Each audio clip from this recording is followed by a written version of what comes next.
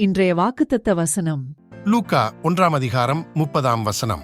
தேவதூதன் அவளை நோக்கி, மரியாளே, பயப்படாதே, நீ தேவனிடத்தில் கிருபை பெற்றாய். கர்த்தருடைய நாமத்திற்கு மகிமை உண்டாகட்டும். கேப்ரியல் தூதன் கர்த்தருடைய வார்த்தையுமாக மரியாளை சந்தித்து பேசின போது சொன்ன வார்த்தை,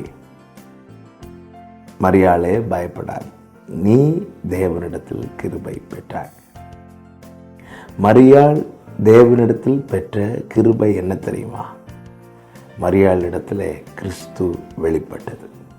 தேவனிடத்தில் நாம் பெற்ற மிகப்பெரிய கிருபை என்னவென்றால், இந்த பூமியிலே கிறிஸ்து நமக்காக வெளிப்பட்டது. அவராலே நாம் மீட்கப்பட்டோம். பாவ சேற்றிலே மூழ்கி இருந்த நாம்